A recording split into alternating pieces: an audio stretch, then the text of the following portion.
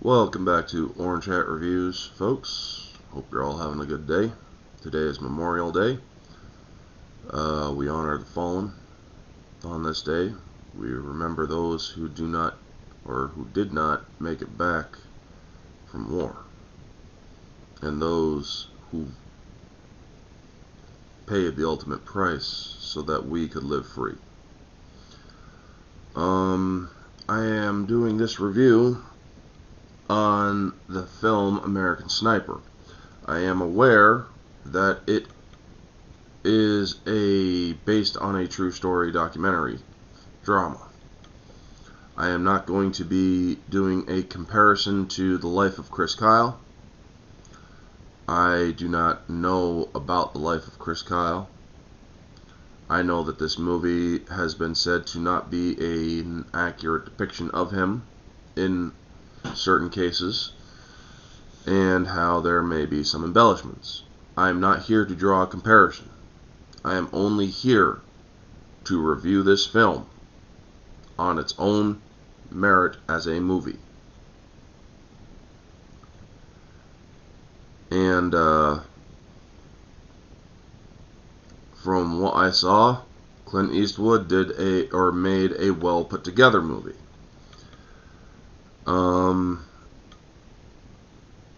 The movie is about a United States Navy SEAL, Chris Kyle, who did 4 tours overseas during the war on terror, and he is the most lethal marksman, sniper in the U.S. military, credited with over 160 kills.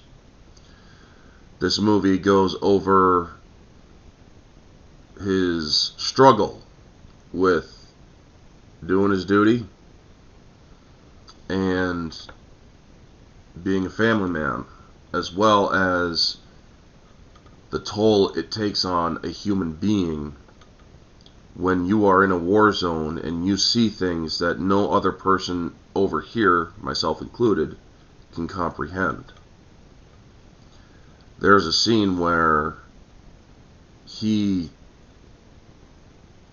there's this woman who hands her son a grenade overseas, and she sends this kid with the grenade to run toward a convoy of Marines. And then they cut and they give you background on Chris Kyle leading up to his early years, to his enlistment, to that moment. And then they show you the full moment where he pulls the trigger on both the kid and the woman. And to be able to do that, to be able to end a child's life when they are putting others at risk, is not something I can mentally comprehend. It's not a question of, could I do that? It's a question of, are you going to let a person destroy the lives of others? That is how I would handle that situation. Me, I don't know if I would be able to pull a trigger. I have never been put in that situation. But this movie does show hard calls that are made, and even calls that were made that thankfully did not need to result in what happened, or what could have happened. Because there's a similar situation later on in the movie where this kid, after he takes out a insurgent with an RPG, he shoots him, and a kid runs over, hefts the RPG, picks up the RPG, points it at military, and he's just praying that the kid will drop it. And the kid does drop it and runs off. Now I'm thinking, is he going to have to pop another kid? Is he going to have to shoot this kid again, or another kid? Because honestly, I don't think he would be able to handle it if he did. However, thankfully, the situation didn't go to that.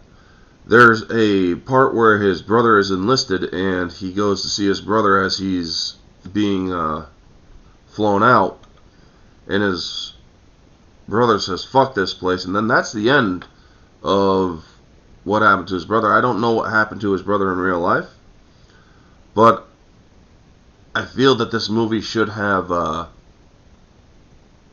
resolved his brother as well. Not just Chris, but his brother as well.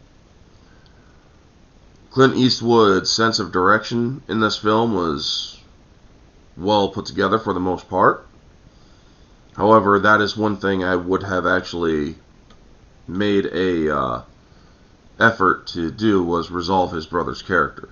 Because his brother says, fuck this place, and then walks away from Chris, and it's like, I don't understand, or did it, I'm guessing with as much common sense as possible, that the war had gotten to his brother, where he feels more at home overseas than he did at home stateside. And that is a struggle that Bradley Cooper's character Chris Kyle in this film depicts that. I'm not saying it's accurate between his wife and whatnot, because his wife starts basically threatening that if you go over there for a time, we may not be here when you get back. And I just feel that I don't know whether it's accurate or not, so I can't really make a comparison. But I do feel that is a very fucked up thing, a very selfish thing, yes, to basically say to a person who is serving their country, we're going to leave you if you go back over. They're doing it to protect you, not just you, but everybody else. And I do believe that people who make that choice willingly should be respected. Sienna Miller did great acting. Bradley Cooper played this role well. The end of the film, where he's helping veterans, taking them out shooting and whatnot, I think was a nice touch of how he's helping veterans who he can at least do something for, to help them so that they don't feel like they are less than what they were. And apparently, I did do a little bit of research. He took out a veteran, the one who killed him,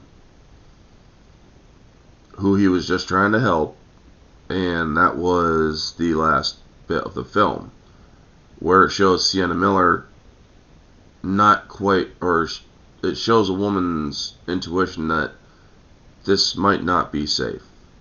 However, how can you really predict that something like that is going to happen unless there are significant hints to it, you know?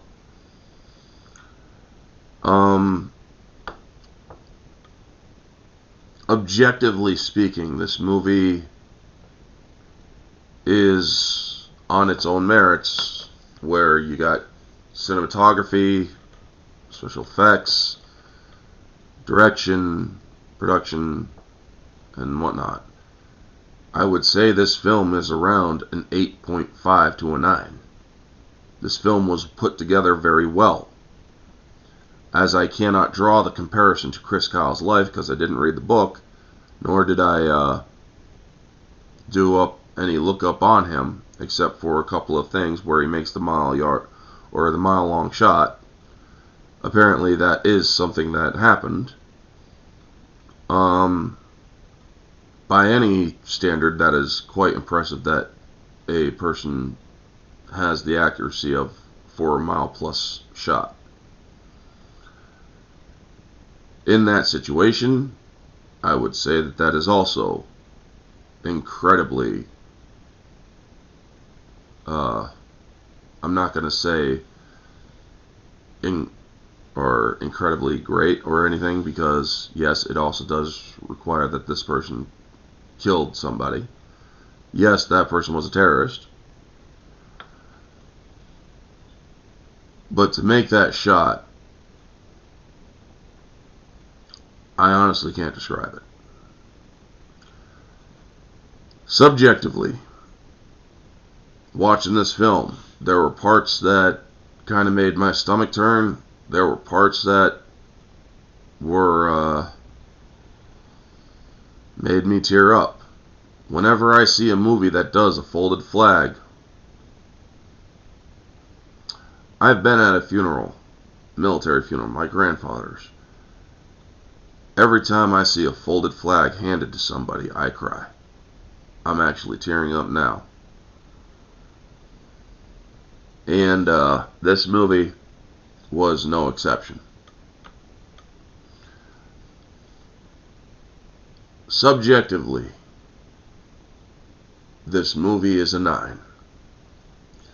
There were parts that, like I said, made my stomach turn. Some parts made me cry. Some parts were great to see. This movie takes you on an emotional roller coaster. Moviegoer. This movie's about a 9. So it's a 9 all the way through, folks.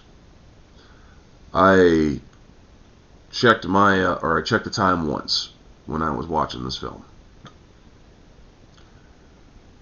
And I think that this film does, for the most part, tell a good story.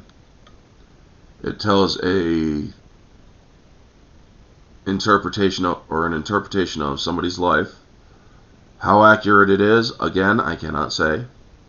However, as a movie, this film was put together, directed well, and had a good story to tell. There are things that I wish they could have done a little bit better, like resolving the character of Chris Kyle's brother, Jeff Kyle. I don't know what happened to him. They don't cover that, as far as I am aware, because I was watching this movie all the way through. But yes, this movie is well put together. I think it is a very good movie on its own merits. Again, no comparisons. But I wanted to watch this movie because I heard good things about it. And I also heard, yes, this was based on one of the most, or actually not one of the most, the deadliest sniper in U.S. military history. And it is Memorial Day, so I felt it appropriate. Anyway, folks, that is going to be the video. You all know the drill. Like, comment, subscribe, share, all that jazz. Let me know your thoughts down in the comment section below. What did you think of American Sniper? Did you like it? Did you not? If you have anything to add about the comparisons to the books or whatever, different opinions are welcome. But I do ask that this Memorial Day you do keep it civil. Anyway, thank you so much for tuning in. This has been Orange Hat Reviews. Stay humble.